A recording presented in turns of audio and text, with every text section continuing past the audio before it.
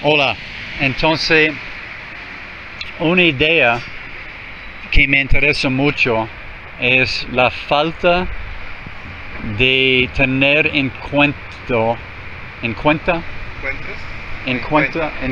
tener en cuenta la historia. Muy pocos de los jóvenes después de la escuela, después de las 15, 18, 20, recuerde bien de las estudios de historia que han hecho anteriormente. En los tribus en la antigüedad de los cazadores y recolectores siempre habían gente mayores que enseñaban la historia de los tribus, los predecentes,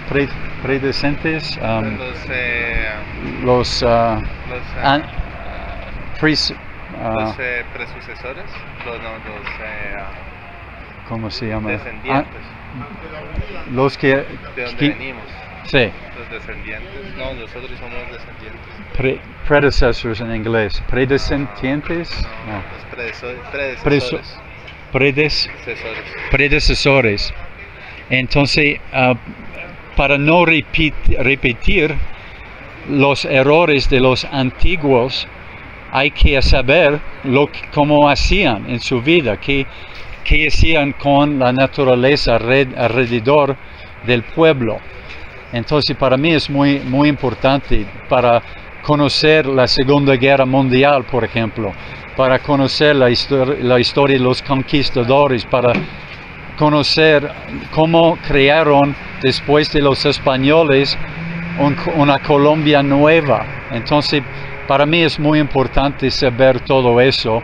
Y en tu opinión, Juan, ¿por qué es muy importante saber algo de la historia para nosotros y los jóvenes?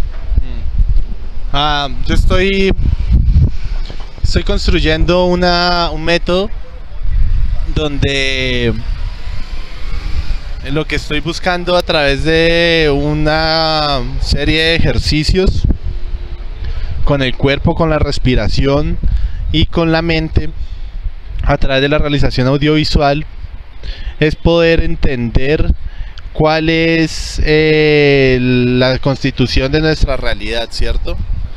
Y al saber cuál es la constitución de nuestra realidad y que la realidad está ahí, no porque está ahí, sino porque deviene de eventos, nos permita darnos cuenta que nuestra opinión y que algunas de nuestras actitudes frente a la vida, la política y la sociedad están determinadas por otros y no por nosotros mismos. Y al caer, digamos, en esa idea, poder generar una epifanía que permita que estas personas puedan tener acceso a construir sus realidades de otro tipo de visión. Y una de las estructuras fundamentales de este método, que se llama Peces Alados, es la importancia de la historia para poder entender a través de tiempo y repeticiones costumbres, rituales y comportamientos en la sociedad que terminaron en una cultura contemporánea. Antes de Foucault, la historia solo servía para poder tener como un archivo detallado sobre multieventos casuales y eventos que sucedían a través, digamos, del desarrollo de la historia. Pero después de Foucault, la historia se toma y se usa como una herramienta para poder explicar, y de hecho explica los comportamientos y costumbres dentro de la sociedad. La historia es importante, como dice Enrique, para no cometer los mismos errores, ¿cierto? Pero también es importante para poder saber por qué somos como somos. Entonces, en este orden de ideas, lo importante de la historia, además de darnos evidentemente el consejo de no seguir haciendo las cosas de una forma que resultara en una tragedia, nos da la posibilidad de saber por qué terminó en una tragedia y cómo este tipo de hechos, a través de diferentes divergencias y convergencias del conocimiento, de la sociedad, de la economía, no sé qué, terminan en comportamientos que nos hunden en ciclos de violencia. Entonces, saber por qué las cosas son y por qué comenzaron con respecto a sus hechos y sus coyunturas históricas nos da el poder sobre nuestra propia realidad en el presente. Entonces la historia, saber sobre todo esto nos da el poder de cambiar el presente. Por eso es importante la historia. Gracias. Si ustedes, los que están viendo este video, no saben, la palabra real en inglés, real, get real, sea real. ¿De dónde viene esta palabra? Es muy interesante. Viene de la palabra en inglés royal, que es real, la gente que mandan, la gente que dirigen una sociedad, un país, etc. Entonces el valor de ser real, get real, viene de la raíz de ser royal, como un rey, la reina, los príncipes, la princesa. Entonces eso es muy interesante porque ellos mandaron la gente, ellos dirigieron, ellos tenían la plata, ellos tenían los ejércitos, los palacios, todo eso.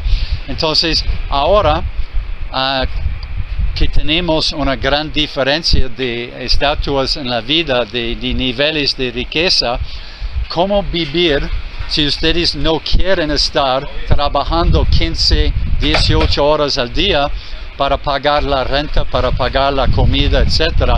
¿Cómo ustedes pueden vivir ahora con menos efectivos que tal vez la gente que eran cazadores, recolectores?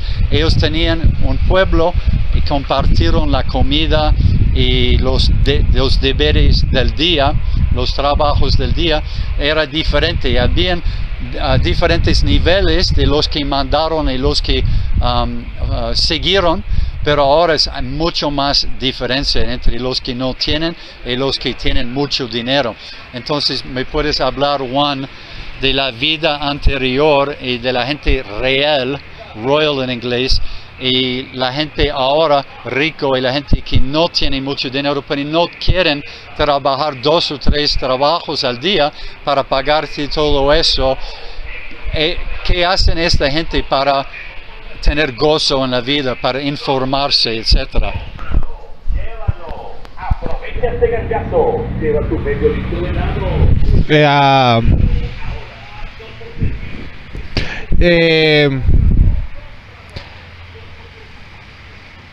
Que es, digamos, en mi opinión, una de las únicas facultades del capitalismo, y que ha además permitido que el capitalismo siga siendo, digamos, el método económico por excelencia en el siglo XXI, ¿cierto?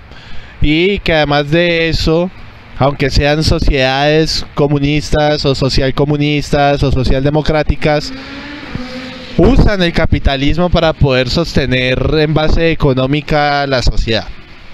Yo siempre hago la misma pregunta a las personas, y es ¿qué es lo que los hace de verdad felices? ¿Cierto? ¿Y qué es lo que de verdad los apasiona?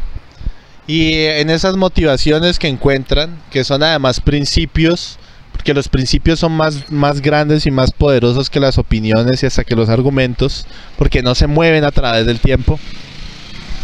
¿Qué es lo que realmente los mueve para vivir el día al día, cierto? Porque la solución de no vivir está ahí, ¿sí? O la solución de dejarse ir también está ahí. Y este aspecto, digamos, que mantiene a este modelo ahí, es la capacidad de la búsqueda de valor, la búsqueda de sentido y significado.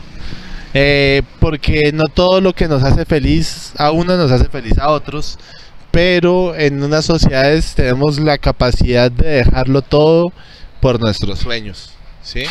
Y es como uno de los grandes beneficios del capital. Es que sea como sea, y si mueves bien las cosas, puedes dedicarte a hacer jiu-jitsu, o dedicarte a hacer yoga, ballet, dedicarte a escribir libros, música, o dedicarte a realmente tratar de suplir o lograr ese sueño capitalista de ser multimillonario, que es también, digamos, muy real, es muy posible, pero que también, digamos, implícitamente tiene algún tipo como de traiciones morales y éticas para ser logrado. ¿Qué es lo que puede hacer uno para poder ser feliz sin plata? Que es básicamente la pregunta que hace Enrique. Y es hacer felices a las personas que amas.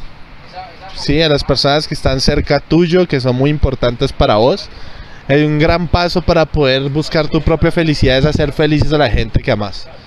Ese es el Dharma, ¿no? Traer felicidad para que se multiplique. Y la segunda es buscar hacer lo que ames. 100% todas las veces, sea cual sea la razón. Si quieres ser estrella porno o si quieres ser presidente, la cuestión no está en lograr o no lograrlo, sino tratar de hacerlo. ¿Sí? Yo creo que esas dos cosas son las dos cosas que me salen ahora en la cabeza. Lo que iba a decir es que como los cazadores recolectores tenían una vida, para mí, sana, cuando no habían peleas entre los tribus, cuando tenían agua limpio en el río o en el lago, y cuando tenían comida, etc. Y no tenían sequía, todo eso. Entonces yo intento vivir más como los cazadores recolectores que los que están en oficina todo el día, bloqueado allá al interior. Un libro, ¿dónde está mi libro? Aquí, sobre Hernán Cortés, un conquistador que nació en Medellín. Pero muy interesante, Medellín no es Colombia, nació en España. Medellín en Extremadura, España. Entonces estoy leyendo eso en español, entonces practico mi conocimiento de historia de los españoles y también mi español, y tengo paz porque no estoy haciendo iPhone, no estoy haciendo computadoras. Es una parte del día con mucho paz, la paz, y me encanta esto. Entonces siempre hay libros, siempre hay hoteles que tienen un intercambio de libros. Ustedes pueden buscar libros por todos lados. Hay libros que valen $1 y hay libros que valen más. Hay bibliotecas. Ustedes pueden inscribir en bibliotecas. Entonces esas son cosas. El jiu-jitsu, el yoga puede ser con tu propio en una cancha donde quedas. Puedes siempre hacer ejercicio, meditación, flexibilidad, leer, beber agua. Hay muchas cosas que pueden hacer. En las universidades hay cosas gratuitas que pasan. En AirFit hay cosas cada día que son gratuitos, tal vez 3 o 4. Entonces hay que aprovechar de esto. Y vamos a terminar con este punto y luego un poco más.